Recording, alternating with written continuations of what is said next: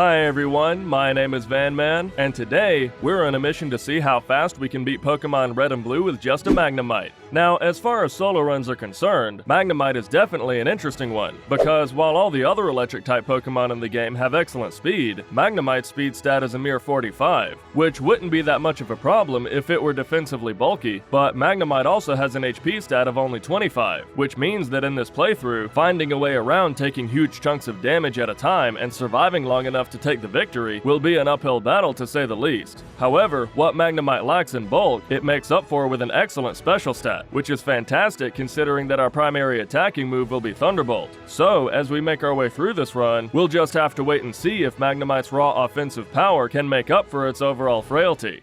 The complete rules for today's challenge are in the description below, but in summary, I can only use Magnemite in battle with no battle items, I can't use any glitches or RNG manipulation, I must save before boss battles and reset if I lose, and finally, Magnemite's placement in our tier ranking will be determined by its real-world time spent completing the game while playing at 4 times speed. As a challenge for the viewer, everyone comment down below your prediction for Magnemite's final runtime, then after the video is over, come back and edit your comment to describe how accurate your prediction was. And in addition to commenting, if you like what I do and want to help me continue creating Pokemon content, be sure to give the video a like, subscribe, and ring the bell to be notified of future releases. And now, let's dive into our attempt to beat Pokemon Red and Blue with just a Magnemite. To begin the run, we must first replace the Bulbasaur starter with Magnemite, causing the rival to choose Charmander. And after we nickname our Magnemite Mighty, the rival challenges us to our first battle. Now, remember just earlier when I mentioned Magnemite's offensive power thanks to its excellent special? Well, needless to say, I was not talking about the early game when I said that, because Magnemite begins the game at level 5 with Tackle as its only move, which makes use of its pathetic attack stat of only 35. And in this battle with Charmander growling incessantly to lower our attack stat even further, that means that each tackle is only dealing a blip, and it takes a full 10 hits to take this thing down. Eventually though, we do manage to knock out the Charmander and make our way to Viridian Forest, where we defeat the bug catchers for some extra experience, and make our way to Pewter City. However, upon our arrival in Pewter City, we're only at level 10. And I think it should be pretty obvious that a level 10 Magnemite with Tackle as its only attacking move is nowhere near ready to face the Pewter Gym Leader Brock with his team of Rock-type Pokemon. So to prepare, we have to do some training. Fortunately though, at this point we don't have to waste our time knocking out wild Pokemon just yet, because the junior trainer in the Pewter Gym leads with a Diglett that we can reliably knock out for lots of experience, then black out against his Sandshrew, only to come back and repeat the process over and over again, allowing us to rack up experience points very quickly, which eventually brings Magnemite to level 14, at which point we're strong enough to knock out the Sandshrew as well.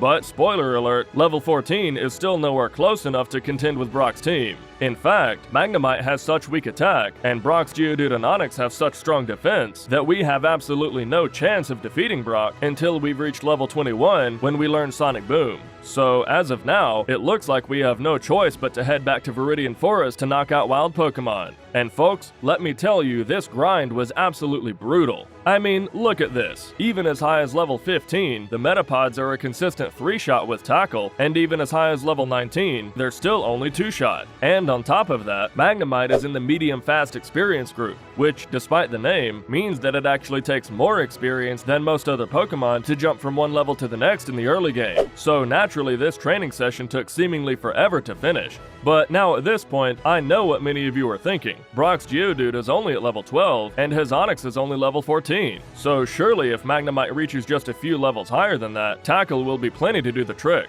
And I can see why you might think that. So, just to satisfy your curiosity, after a full half an hour of training to make it to level 20, I paused my timer and challenged Brock to an unofficial battle off the clock, just to prove how hopeless this battle really is. So to start, our first tackle seems to be doing about a 10th to Geodude, but then after a couple of Geodude's defense curls, each of our attacks is only dealing 1 damage each. And even though we're a full 8 points over leveled in this fight, Geodude's tackles are still outpacing Magnemite's, and it knocks us out.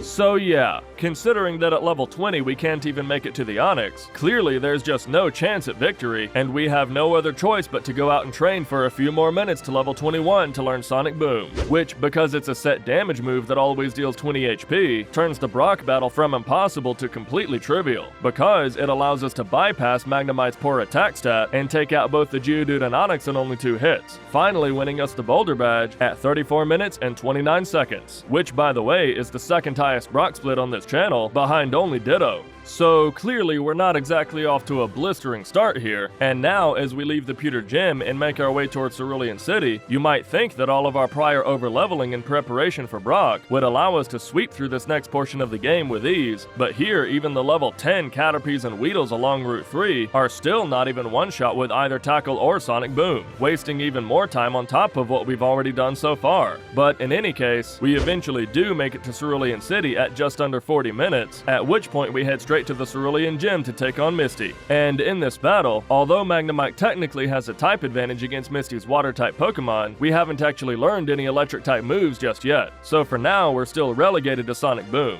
However, that shouldn't be a problem, because Sonic Boom will still take down her Pokemon in 3 hits. To start, Staryu just uses a weak Tackle and a Water Gun to deal about a quarter damage before going down, but then against Starmie, it opens by landing a critical hit Water Gun to bring us down to yellow, and our Sonic Boom gets its 10% chance to miss. Then Starmie goes for Tackle, which lands another critical hit, and our Sonic Boom misses again. Then Misty gives us a sliver of hope by going for X Defend, but then, would you believe it, our Sonic Boom misses yet a third time, allowing Starmie to knock us out without taking a single point of damage the entire battle. Wow, talk about some of the worst luck ever, but considering just how unlikely that fight really was, I'd say we're pretty safe to try challenging Misty again without too much worry. And indeed, this time things go a lot more smoothly, with Staryu going down in 3 hits just like last time, and as Starmie comes out, it manages a Bubble Beam and a Tackle to bring us to yellow health, but it's not enough, and 3 Sonic Booms later we've won the Cascade Badge. So now that we've defeated Misty, the next boss battle on our list is Rival 2, but here we have a decision to make, because as of now we've reached level 24, which is just 1 level shy of learning Thundershock, which would obviously make Rival 2's Pidgeotto much easier to contend with. However, I then check our experience to see that we're quite a long way from leveling up, so instead of training up any further to learn Thundershock, I decided just bite the bullet and take on the Rival with only Tackle and Sonic Boom instead. And fortunately, the Rival decides to make up for our less than ideal experience against Misty, because although Pidgeotto could ruin our plans with Sand Attack, it never actually uses Sand Attack a single time, allowing us to slowly chip away at the entire team for a relatively painless victory. And at this point we're still just shy of level 25, so as we trek across Nugget Bridge, we're still relegated to Sonic Boom against the first several trainers in the lineup. But then, only a few battles later, it finally happens and we learn Thundershock. And as you can see, that pushes Magnemite's sweeping capabilities into overdrive, and allows us to outspeed and one-shot pretty much everything across the rest of Nugget Bridge, allowing us to bulldoze our way from here all the way to the SSN, where we take on Rival 3. And unlike the previous Rival battle, this time around the Pidgeotto is no threat at all, because our type advantage allows us to take it down in 1 hit, after which Raticate just barely survives and goes down in the next turn, but then out comes Kadabra. And in this case, although Kadabra's defense is so much worse than its special, Magnemite's poor attack stat means that it's still better just to use Thundershock instead of Tackle or Sonic Boom, which takes down the Kadabra in 3 hits, and finally Thundershock takes care of Charmeleon no problem, allowing us to complete the SSN mission and head straight to the Vermilion Gym to take on Lieutenant Surge.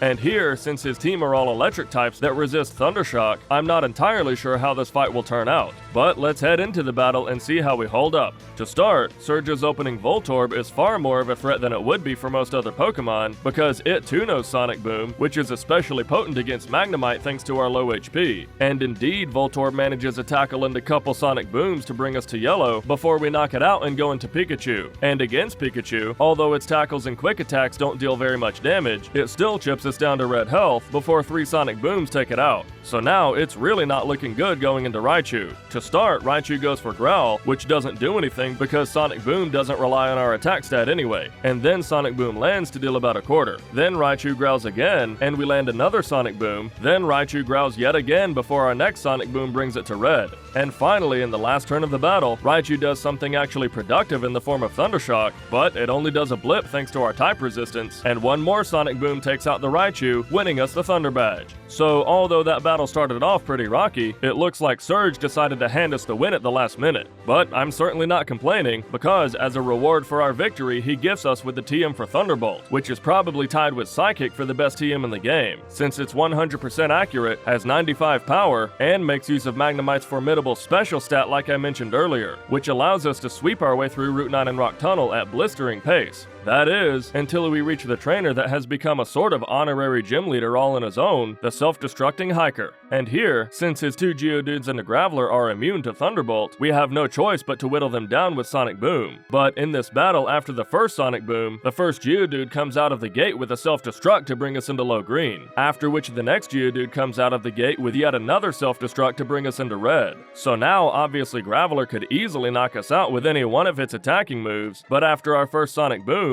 it goes for Rock Throw, which misses, and after our next Sonic Boom, it just uses Defense Curl, which does nothing to stop one more Sonic Boom from getting the knockout and allowing us in another stroke of luck to get past the hiker on our first attempt, meaning that we can now exit the cave and make our way to Celadon City. And now that we've arrived in Celadon, we immediately head to the department store where we pick up an extra Pokédoll so we can later trade for the TM for Mimic, as well as buy the TM for Reflect, to hopefully compensate for Magnemite's poor defenses in a handful of especially contentious fights later down the line. Then after completing our shopping errands, we head back to Lavender Town to take on Rival 4. And I have to say, in runs whenever I play with an electric-type Pokemon, it always feels so nice to know that we don't have to worry about this battle in the slightest, because normally Pidgeotto's Sand Attack would be a real nuisance, but here, we open with Thunderbolt for a clean one-shot, after which we face against Execute, who, unlike Pidgeotto, resists Thunderbolt and survives in the yellow, and then it promptly puts us to sleep with Hypnosis. And although that is pretty annoying, it's still not very threatening because in this battle, Execute's only 2 moves are Hypnosis and Barrage, which has almost no chance of doing any substantial damage, so after a couple turns of being hit with Barrage, we wake up and take out Execute on the next turn. Then out comes Gyarados, who again would be a real headache for so many other Pokemon, but in this case we take advantage of its 4 times weakness to Thunderbolt as we zap it out of the sky for another clean one-shot, after which Kadabra and Charmeleon are both one-shot as well. Then up next we wrap up the Lavender Tower mission, trek through Safari Zone to pick up a few vitamins to boost Magnemite's stats, and head to the Fuchsia Gym to take on Koga. And since all of Koga's Pokemon have very strong physical attacking moves, it's here that I decide to prepare for the battle by teaching the TM for Reflect that we picked up in Celadon just earlier. However, as we head into the battle, I actually decide not to open with Reflect right away because I wanted to play around the opening Coughing Smokescreen. So instead we just open with Thunderbolt, which luckily gets a critical hit for the knockout.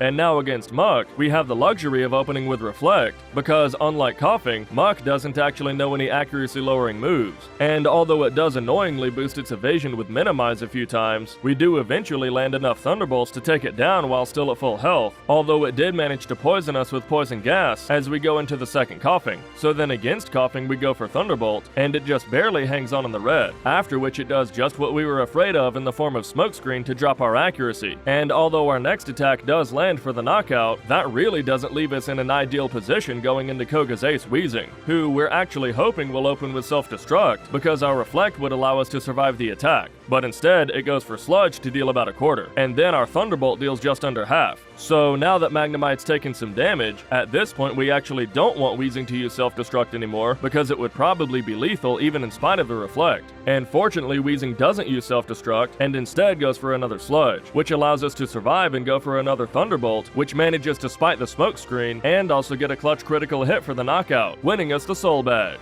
And at this point, I'd say our luck so far in this run has been substantially better than average, with us dodging Sand Attack from Rival 3, dodging Thunderbolt from Surge, dodging Self-Destruct from the Hiker, as well as land our attacks in spite of Smokescreen against Koga. But then after defeating Koga, up next we head to Silphco to face Rival 5, and it's here that we really get to put Magnemite's strength as a solo run Pokemon to the test, because unlike Rival 4, this rival's team has gotten a massive level boost, meaning the opening Pidgeot will now outspeed where it didn't before. So as we head into this fight, our victory just depends on how much we can avoid Sand Attack. And fortunately, in this battle, Pidgeot goes for the best of all possible moves in the form of Whirlwind, which has no effect, and Thunderbolt takes it out. However, although we managed to dodge Sand Attack, we're nowhere near out of the woods yet, because up next we have Execute, who knows both Poison Powder and Stun Spore. Plus, our opening Thunderbolt doesn't even deal half, allowing Execute plenty of time to inflict poison before a couple more Thunderbolts take it down. Then fortunately we do outspeed Gyarados, who is obviously one-shot, but then out comes Alakazam, who obviously outspeeds us, but thankfully it just goes for a failed disable. And now our strategy is to open with Thunder Wave, not only to paralyze the Alakazam, but also make it so that we outspeed for the remainder of the battle. And then, as we continue to spam Thunderbolt, Magnemite continues to take damage from Alakazam's powerful Psychic-type attacks, as well as from our Poison Infliction down to red health. And although we do manage to knock out the Alakazam, we're at such low health that Charizard easily outspeeds and takes us out with Slash.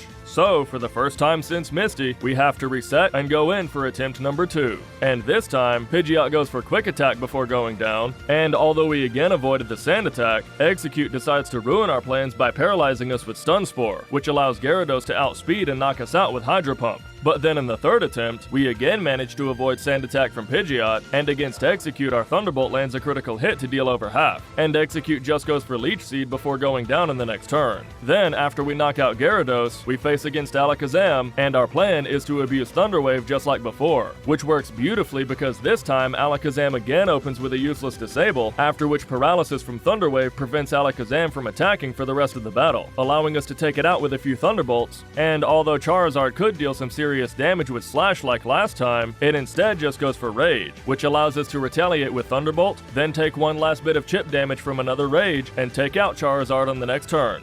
But now that we've defeated the rival, up next is Giovanni. And for most solo Pokemon, this boss fight is so free that I don't even bother writing him into the script. But for Magnemite, it's a different story, because although his Nidorino and Kangaskhan are both trivial with Thunderbolt, now we face against Rhyhorn. And obviously Thunderbolt here is not an option thanks to Rhyhorn's type immunity. So what's the solution? Well, in this case, I prepared for this battle by teaching Magnemite the TM for Toxic that we picked up from Koga, which allows us to chip away at Rhyhorn with compounding poison damage while also spamming Sonic Boom. And after a long exchange, Rhyhorn brings us down to about 2/3 health before going down. So at least for now, we managed to get past that hurdle fairly painlessly. However, against Giovanni's ace Nidoqueen, Toxic isn't even an option, because it has no effect thanks to Nidoqueen's poison typing. So instead, we just have to spam Sonic Boom the entire time. But thanks to one of our attacks missing, followed by Nidoqueen's Body Slam paralyzing Magnemite, followed by a critical hit Body Slam, all of that combined together is enough to knock us out and force another reset. So then in the next attempt, we again make it back to Rhyhorn no problem, but this time Rhyhorn decides to use a full 3 Tail Whips to lower our defense before going down. So needless to say, Nidoqueen could easily knock us out from this point thanks to our lower defense, but in this case Nidoqueen just goes for its weakest attack in the form of Poison Sting, followed by another Poison Sting. Then Giovanni uses a Guard Spec, and Nidoqueen uses yet another Tail Whip. Then on the final turn, Nidoqueen goes for Body Slam to deal massive damage, but it's not quite enough, and our last Sonic Boom gets the job done. So now after defeating Giovanni and completing the Silphco mission, that unlocks the door to this house where we pick up the TM from Mimic, then fly back to Pallet Town to make a surfing trip across the ocean. But instead of heading immediately to Cinnabar Island like usual, we first make a pit stop in the route between Pallet and Cinnabar to knock out a bunch of these water-type trainers along the way. Because, let's be honest, as powerful as Thunderbolt coupled with Magnemite's formidable special can be, we all know that Magnemite is nowhere near strong enough to round out the endgame of this run without gaining at least a little bit of extra experience in preparation for the last several battles. So to play around that, you typically want to find a place in the mid to late game with lots of trainers in one compact area that you can face one right after the other. Because generally speaking, the amount of time that you spend making your way through one of these training grounds is way less than the amount of time that you would spend if you hit an insurmountable roadblock in the Elite Four and had to continue resetting over and over until the stars align. Additionally, once we make it to Cinnabar Island and complete the Pokemon Mansion mission, we also head into the Cinnabar Gym to knock out all the trainers there, eventually bringing us from level 41 all the way to level 46 in preparation for the gym battle. So, now that we've gained those few extra levels, let's face the gym leader Blaine to see how much that training session paid off. Well, as we kick off the battle, we begin by using Mimic to copy the opening Growlithe agility, then use agility so we can outspeed the rest of the team. So, while we set up our agilities as well as a Reflect for good measure, Growlithe manages some chip damage with Ember and Takedown, but it's nowhere near enough, and Thunderbolt one-shots Growlithe followed by Ponyta. Then Thunderbolt brings Rapidash down to yellow, after which it uses Fire Spin. And by the way, this right here is exactly why outspeeding Blaine's team was so important, because Fire Spin is a trapping move, which Rapidash Rapidash could use to ensnare Magnemite indefinitely, but since Magnemite now outspeeds, that's no longer an option for Rapidash, and once the fire spin is over, it goes down to another Thunderbolt. And finally, out comes Blaine's Ace Arcanine. We open with Thunderbolt to deal about half and also paralyze, and Blaine heals Arcanine back to green with a Super Potion. The next Thunderbolt then brings it back down to yellow, and finally Arcanine becomes trapped in paralysis and goes down in the next turn, winning us the Volcano badge.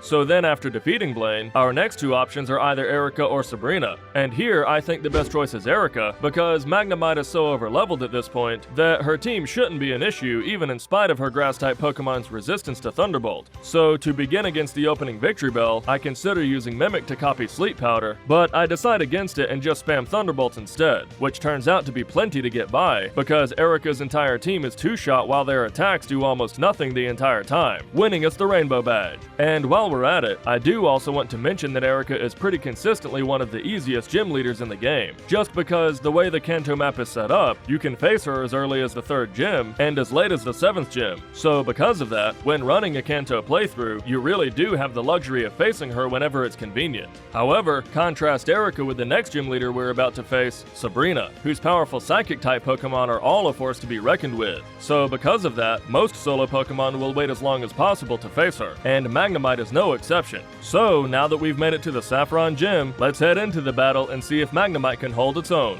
To start, our plan is to spam Thunderbolt against the opening Kadabra, which brings it down to just a sliver of health. But then luckily Kadabra just goes for Recover, allowing the next Thunderbolt to take it out. Then against Mr. Mime, we open by using Mimic on Mr. Mime's light screen to brace for the powerful special attacks from Alakazam later down the line, after which Mr. Mime does almost nothing with Double Slap and goes down to a single Thunderbolt. Then since Venomoth has the lowest special on Sabrina's team, obviously Thunderbolt one-shots it as well, but now we face against Alakazam, who outspeeds and deals heavy damage with a Psy-Wave, after which Alakazam takes just over half damage from Thunderbolt. Then Alakazam's Psybeam just does a blip, and one final Thunderbolt takes it down, winning us the Marsh badge. And coming out of this battle, it's here that I really want to drive home just how important a few minutes of training in a solo run can be, because without those few extra levels that we gained on Route 21 in the Cinnabar Gym, we may not have gotten the one-shot on Mr. Mime or Venomoth, and may not have gotten the two-shot on Alakazam, which would have given them way more opportunity to retaliate. But thanks to our training, we managed to win that fight on the first attempt with relative ease. But in any case, now we head to the last gym battle of the run, Giovanni. And our plan against his initial Rhyhorn is to set up Reflect and Toxic just like against the previous Giovanni, except in this case we no longer have access to Sonic Boom, which means that after we hit Rhyhorn with Toxic, we just have to spam do-nothing moves as we patiently wait for Toxic to get the job done.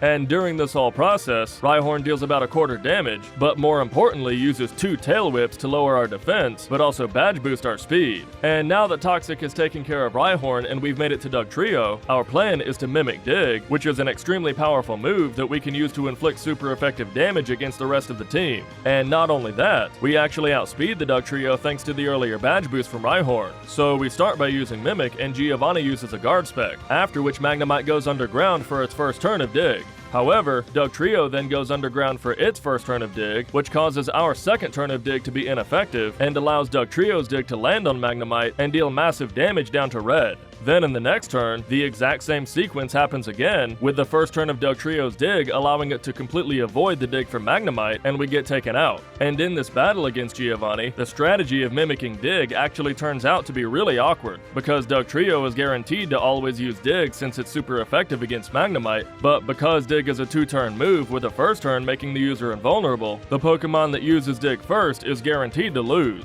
because it allows the user to bypass the opposing Dig, as we just saw in the previous battle. However, that's only a problem for us if Magnemite is faster than the Dugtrio, because if we're slower, we'll be able to land our digs first and avoid the opposing digs. So moving forward, we just have to hope that Rhyhorn doesn't use enough Tail Whips to cause us to outspeed. And indeed in this next attempt, Rhyhorn only uses a single Tail Whip, which allows Dugtrio to outspeed like we want. So now, after Magnemite survives Dugtrio's initial dig down to red, that allows us to mimic dig, and then when Dugtrio goes underground for a second time, we do the same to avoid their retaliation. However, another wrench in this entire game plan is that Giovanni can also use Guard Spec while Dugtrio is underground to delay Dugtrio's attack by a single turn, which in this case causes Magnemite's dig to miss and Dugtrio's dig to knock us out yet again. So, as we reset for our third attempt at this fight, it really does seem that Magnemite and Dugtrio are playing a miniature subgame of cat and mouse to see who can land their attack first while dodging the attacks from the opponent.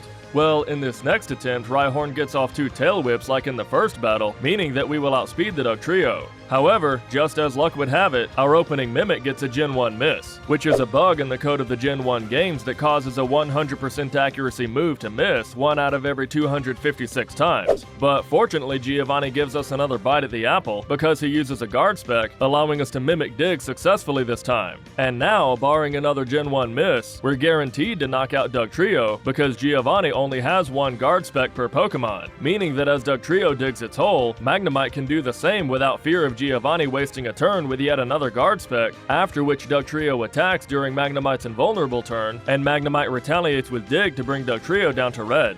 And although that attack wasn't lethal, all we have to do is go through the exact same song and dance once again for the inevitable knockout. And now that we've made it past Dugtrio and move on to Nidoqueen, our prospects are looking a lot better than they were before, because Reflect allows us to brace the oncoming attacks, just enough for the super effective Dig to knock out the rest of the team one by one, winning us the Earth Badge. And now that we've collected all 8 gym badges in the Kanto region, that allows us to head to the last 6 battles of the run, starting with the pre-league rival. And in this battle, the rival's opening Pidgeot thankfully doesn't know Sand Attack like the previous one did, so that gives us the luxury of taking a page out of our battle against Blaine by opening with Reflect and mimicking Agility to outspeed the team, and also badge boost our special stat. Unfortunately though, while we set up our Agilities, Pidgeot for some reason decides to spam nothing but Quick Attack, 2 of which were a critical hit to bring us down to low yellow before we eventually take it down with Thunderbolt. Then we face against Rhyhorn, and again, just like with Giovanni, we have no other choice but to use Toxic and then patiently wait for the damage to accumulate. But in this case, our health was so low thanks to Pidgeot that Rhyhorn gets us all the way down to a mere 8 health before going down. And even though we then one-shot executing Gyarados no problem, Thunderbolt lands a critical hit on Alakazam, which ignores the stat bust from our Agilities, allowing it to survive in the red and knock us out. However, in the next attempt, virtually the same thing happens against Pidgeot and Rhyhorn, allowing us to one-shot executing Gyarados no problem. But the difference is that this time against Alakazam, our Thunderbolt doesn't land a critical hit, allowing us to one-shot Alakazam as well, followed by Charizard, meaning we've defeated the rival and we can now head to the Elite Four. And here, after we make our way through Victory Road to the Indigo Plateau, most Pokemon would usually want to use our rare candies in preparation for the last 5 battles of the run. But in Magnemite's case, realistically we'll probably have such an easy time against Lorelei's team thanks to our type advantage that that's not even necessary. So at this point, all we have left to do is walk into Lorelei's chamber and face her at the lowly level 52. To kick off the battle, we open with Thunderbolt against Yugong, who survives in the red and luckily gets off a growl to lower our attack, but also badge boost our special before going down in the next turn. Then, thanks to our boosted special, Thunderbolt one-shots Cloyster,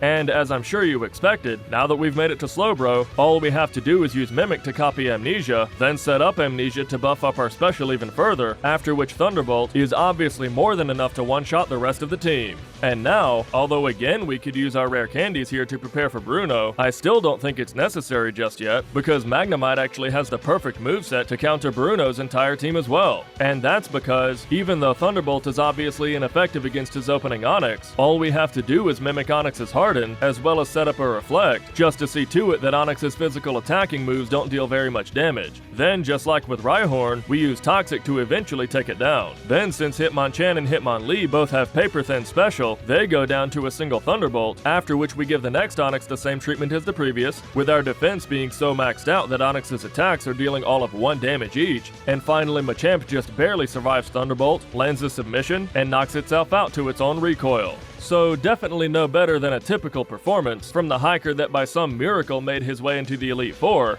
However, as trivial as Lorelei and Bruno were just now, up next we have Agatha, and unfortunately against her, Magnemite just doesn't have the tools to take her team down quite so easily, because all of her Ghost-type Pokemon have enormous special and therefore won't be one-shot with Thunderbolt, plus their Nightshade, which is a move that deals damage equal to the user's level, is especially potent against Magnemite thanks to its low HP. And while yes, we do have Mimic that we could use on the opening Gengar's Hypnosis, that strategy is really only viable if you can outspeed. which we obviously won't. So that plan is out the window, and it looks like for this battle, we're relegated to just spamming Thunderbolt and hoping for the best. Additionally, now is most definitely the right time to feed all of our rare candies, because considering how powerful Agatha is against Magnemite, we need all the help we can get. So to kick off the fight, Gengar opens with Confuse Ray, and we manage to spite the confusion and land Thunderbolt to deal just over half. Then Agatha switches out to Golbat, and although we could knock out the Golbat, Magnemite hits itself in confusion not once, not twice, but 3 times. Fortunately though, that entire time Golbat just used a Supersonic and another Confuse Ray while we were already confused. So congrats to Golbat for the big brain plays. Eventually, however, we do snap out of confusion and land Thunderbolt for the one-shot. Then Agatha summons Gengar once again, and just like before, it opens with Confuse Ray. Magnemite then hits itself down to yellow, and Agatha switches out to Haunter, who takes a Thunderbolt down to red. And since we outspeed Haunter, we manage to land a second Thunderbolt to knock it out before it has the chance to attack. And now out comes Gengar for the 3rd time, and this time it opens with Nightshade to bring us to red, and finally goes down to one more Thunderbolt. Then up next we face against Arbok, who leaves as soon as it arrives because we get the one-shot, and finally against Agatha's second Gengar, it opens with Toxic to poison us, and it takes a Thunderbolt down to half health. Then it just goes for Dream Eater, which has no effect while Magnemite is awake, and one more Thunderbolt gets the job done for a super clutch first attempt victory, which is fantastic news, because considering Magnemite's blunt force approach to that fight, if Agatha had decided on even a slightly different set of moves to claim the victory against us, we would have had no recourse other than to keep resetting over and over again until we got lucky enough to win. But as it stands, we just have 2 more battles standing between us and the Hall of Fame. And first up on that list is Lance, who, just like Lorelei and Bruno, should be trivial, because as we head into the battle, Gyarados obviously goes down to Thunderbolt, and against Dragonair we open with Reflect.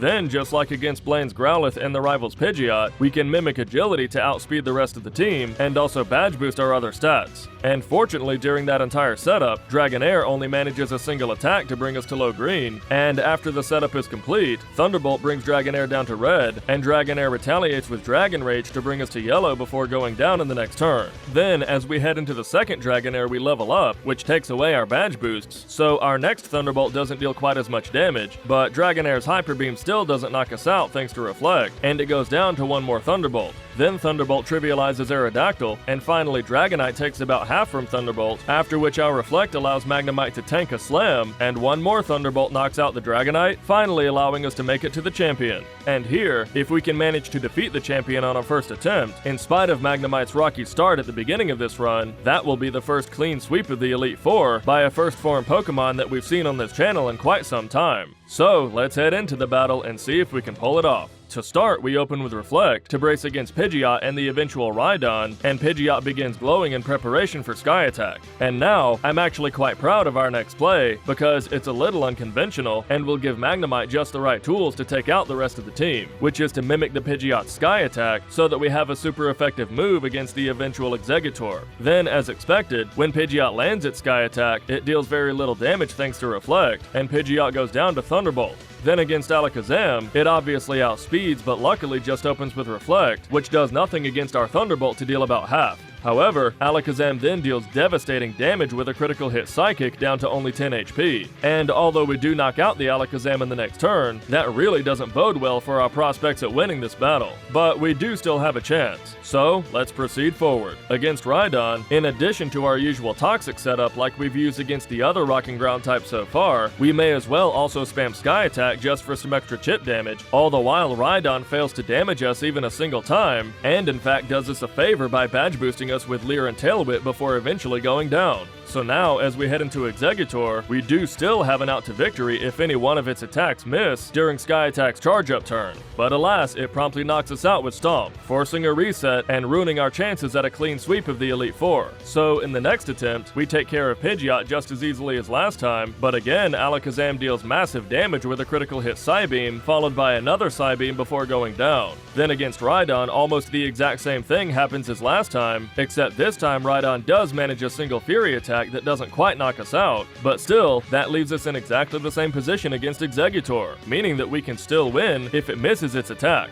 So we begin glowing for Sky Attack, and does Exeggutor land a hit on Magnemite? Yes it does, and we have to reset. Well, in the third attempt, this time it's Pidgeot that lands a critical hit, this time in the form of Sky Attack, before we take it out and move on to Alakazam, who yet again brings us to red going into Rhydon, who, yet again, fails to damage us a single time going into Exeggutor. Well, this seems awfully familiar, and yet again, we still have a sliver of hope if any one of Exeggutor's attacks miss. But, you guessed it, Exeggutor again knocks us out with Stomp. Fortunately, however, in the fourth attempt at the champion, we finally manage to get a run in which we dodge any critical hits from Pidgeot, and we go into Alakazam in the green. Alakazam opens with Reflect, and Thunderbolt brings Alakazam to yellow. It then uses Recover back up to almost full, but then we manage to land a critical hit of our own to finally get the knockout, and go into Rhydon with respectable health this time. So at this point we should be in the clear, because Rhydon's attacks are not actually that threatening, and although it does do some chip damage before going down, we still go into Exeggutor in the green. So now, all we have to do is go for Sky Attack, but to my dismay, even in spite of Sky Attack's type effectiveness and enormous 140 base power, it's still just shy of a one-shot. I guess that just goes to show how weak Magnemite's attack stat really is. But even still, we're not actually punished for it, because Exeggutor just misses Hypnosis, and we finish it off with Thunderbolt. And now the battle is ours for the taking, because the super effective Thunderbolt is plenty to take care of the champion's Gyarados, followed by Charizard, making us champion of the Pokemon League. Results: Magnemite finished the game in 6 hours and 12 minutes game time, 1 hour, 41 minutes, and 38 seconds real time.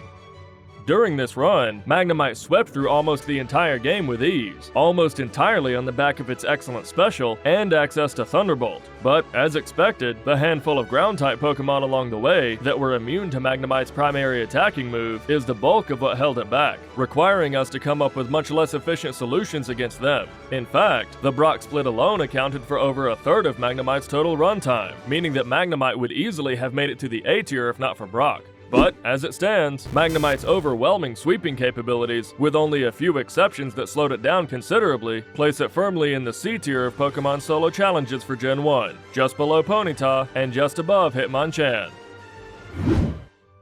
Thank you all so much for joining me as we beat Pokemon Red and Blue with just a Magnemite. As always, be sure to like, subscribe, and ring the bell for notifications, as well as follow me on Twitch to catch live streams, and consider supporting the channel on Patreon. See you next time, everyone. Take care.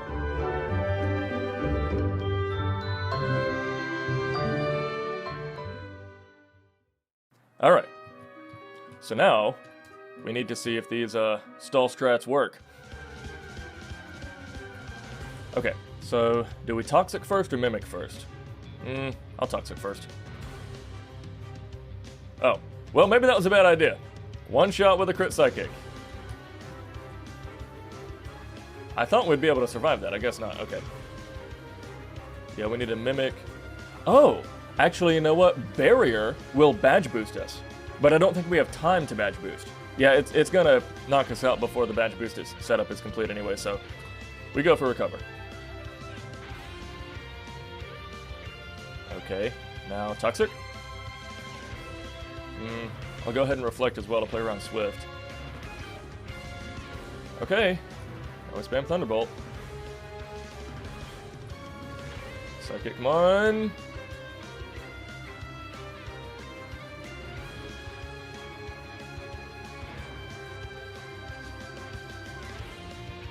Okay, we got it. Yep, okay. Yeah, I mean, realistically, on that one turn where Mewtwo was at red, we should have just gone for Thunderbolt anyway because, like, it was gonna outspeed, so recovering wouldn't have helped. But we got it anyway. So, thank y'all for sticking around. We're gonna call it a stream.